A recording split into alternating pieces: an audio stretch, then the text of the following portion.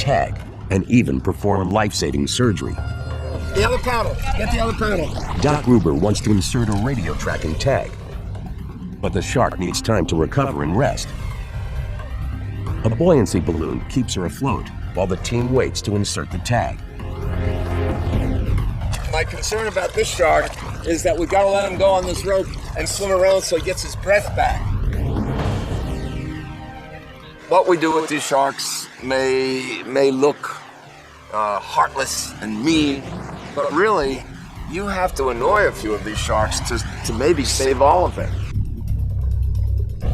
Everybody got everything done. You set him on. But after monitoring the shark for several minutes, Doc Gruber makes a critical decision to forego tagging. The summer heat has weakened the shark too much to continue. The water is very hot now, and these sharks are overheated and they're stressed. While the team helps the shark recover, they use the time to quickly gather valuable data.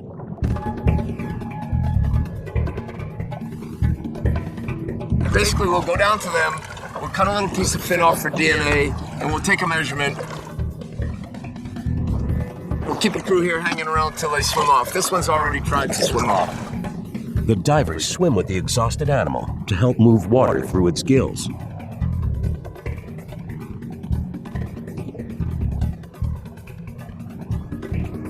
When he tries to turn to shore, try to keep him going straight offshore.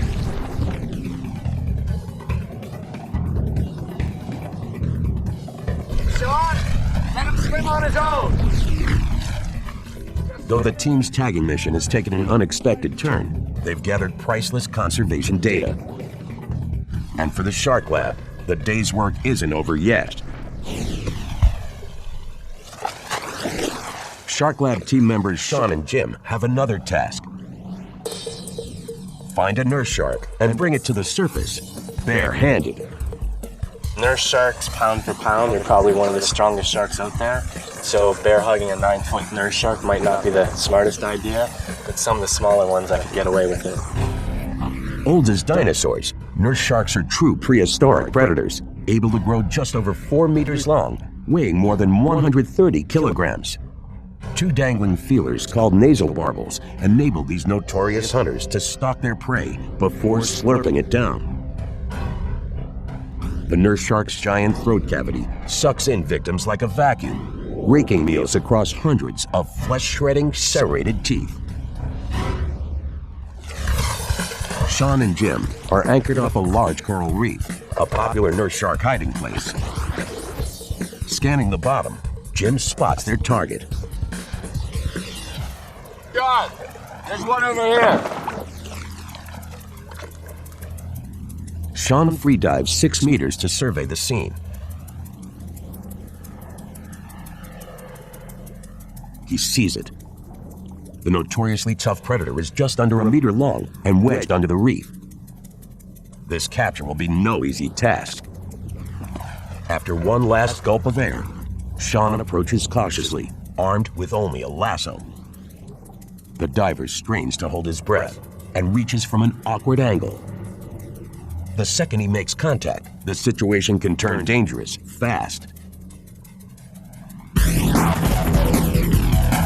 As predicted, the shark reacts violently. The thrashing predator snaps out at the rope, the divers, anything in reach. The 2 men grapple with the agitated predator, keeping just enough distance to avoid the vacuum suction of its mouth.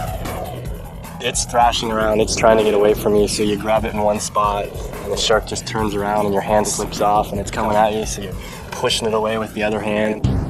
Gathering his courage, Jim makes a bold move, grabbing hold of the bucking beast by the fins. He's got it in hand, but getting it out of water is the diver's next challenge. Jim clings to the writhing shark, risking his safety every second he's got the beast in his arms. At last, Sean and Jim have the nurse shark on board. He's got me a couple times. To avoid harming the animal, they know that tagging has to happen fast. Yet any carelessness could cost them a limb. The 2 divers quickly implant a tracking tag and prepare the beast for his safe release. Okay, here we go. With practiced speed, the men get the tagged nurse shark back in the water. All right, off you go, and away it goes. Perfectly fine.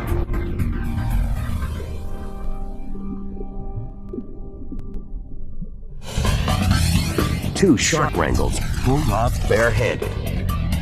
Today, the lab is 2 missions closer to protecting and preserving some of the ocean's most amazing alpha predators.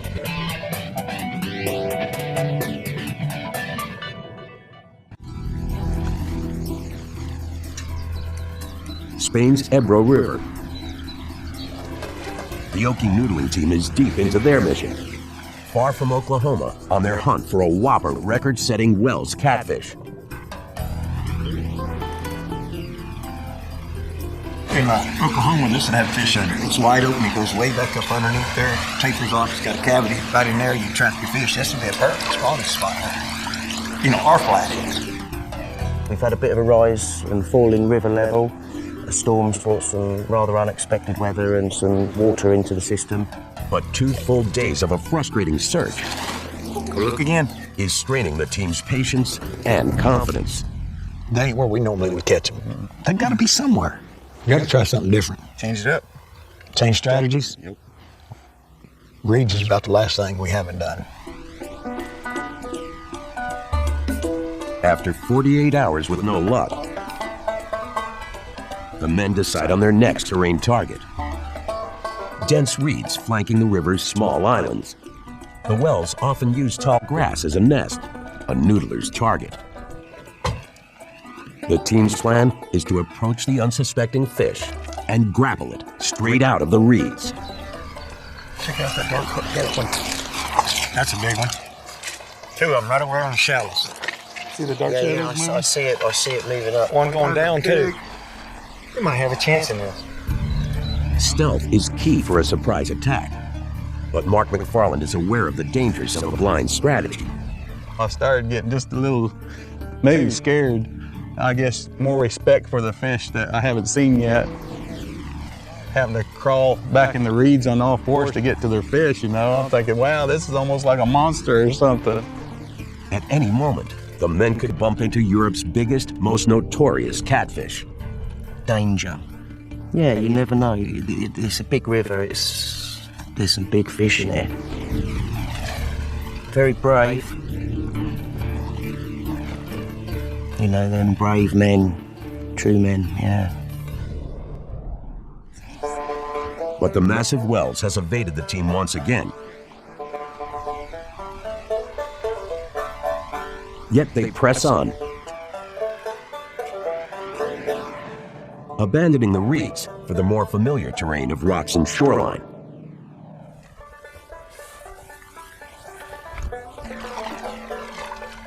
Nice looking rocks. Let's try it.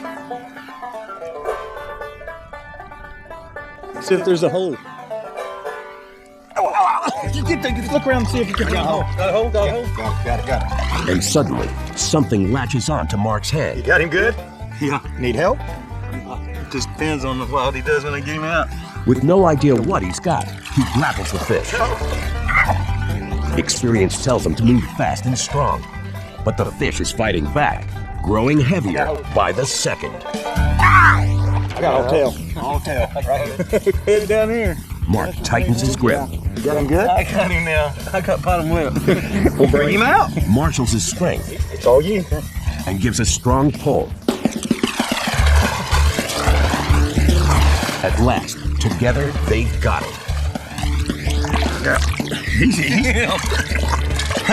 It's a small Wells catfish. Mark estimates it weighs just under 9 kilograms. First noodle catfish abroad. Now if we just get a bigger one. It's not the whopper he's on, but it's the team's first noodle battling a feared catfish opponent on foreign soil. It's just the experience. Finding the first hole, finding the first fish. It's pretty cool. Oh, now that's just a baby. These little ones I'm used to. I want something bigger than what I'm used to in my own waters. That's what I came over here for. Huge fish. That's what I'm after. Let's turn him loose and let him grow up. Lee releases the small Wells. In addition to his quest for a monster specimen, Lee's committed to sustainable noodling, saving catfish for future generations. Touch the fish in the water. The team soon faces their last game, Spain. Over 8,000 kilometers